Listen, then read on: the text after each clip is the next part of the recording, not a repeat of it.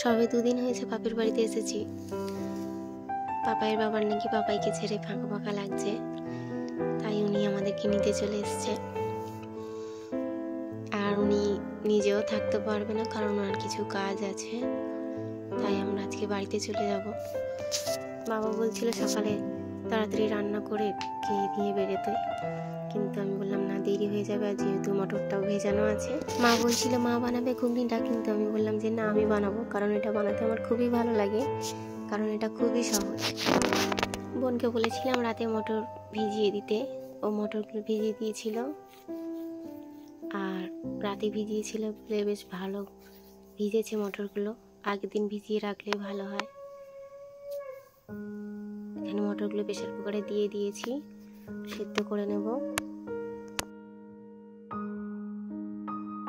আর এখানে আমি চিকেন ঘুগনি বানানোর জন্য যা যা লাগবে সব কিছু কেটে নিয়েছি। মাংসের কিমা, আলু, পেঁয়াজ, টমেটো, কাঁচা লঙ্কা চেরা সব কিছু নিয়ে নিয়েছি।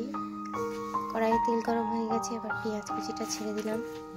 পেঁয়াজটা একটু ভাজা ভাজা হয়ে গেলে কাঁচা লঙ্কাটা দিয়ে দেব, দিয়ে ভালো করে নাড়াচাড়া করে ভেজে নেব। এরপর দিয়ে দেবো আদা রসুনের পেস্ট, দিয়ে ভালো করে কষিয়ে নেব।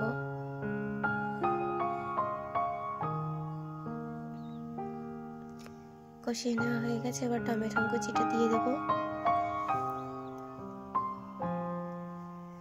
দিয়ে ভালো করে নাড়াচাড়া করে ভেজে নেব। এবার দিয়ে দেব মাংসের কিমা,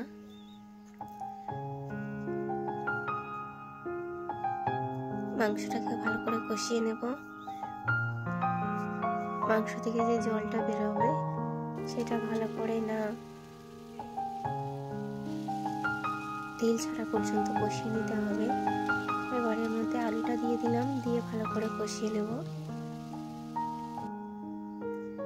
দিয়ে নুন, লঙ্কা, হলুদ সবকিছু দিয়ে নেব, দিয়ে আবারও ভালো করে কষিয়ে নেব।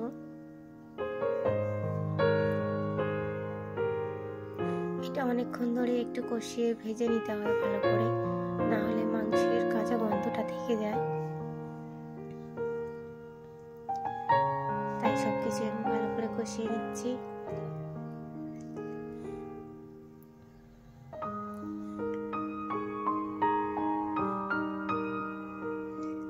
কষিয়ে নেওয়া হয়ে গেছে, এবার সিদ্ধ করা মটরটাকে আমি দিয়ে দেবো।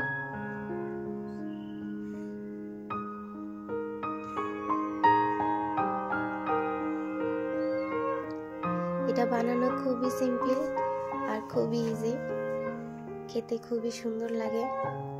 আপনারাও বানিয়ে খেয়ে দেখবেন। চিকেন ঘুগনি, এখানে ঘুগনি আমার হয়ে গেছে। নামানোর আগে একটু গরম মশলা ছড়িয়ে দিলাম, আবার একটু নাড়িয়ে নিব, কারণ মশলাটাকে সব কিছু মিশিয়ে নিলে ভালো হবে। একটু কিছুক্ষণ ঢাকা দিয়ে রেখে দেব, তারপর গরম গরম পরোটার সঙ্গে পরিবেশন